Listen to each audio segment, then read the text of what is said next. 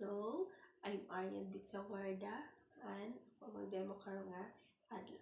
So, all right class, shall we all stand for a short prayer to be led by Miss Laarni? Okay, now we take your seat. Good morning class. How are you today? Now, before we proceed, I will first check the attendance. Okay, very good. Kaya uli absented nga karon nga adlaw.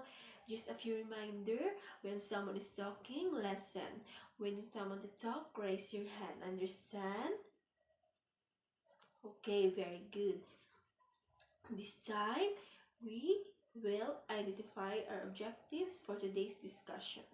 Please read, everybody. Okay, very good. Thank you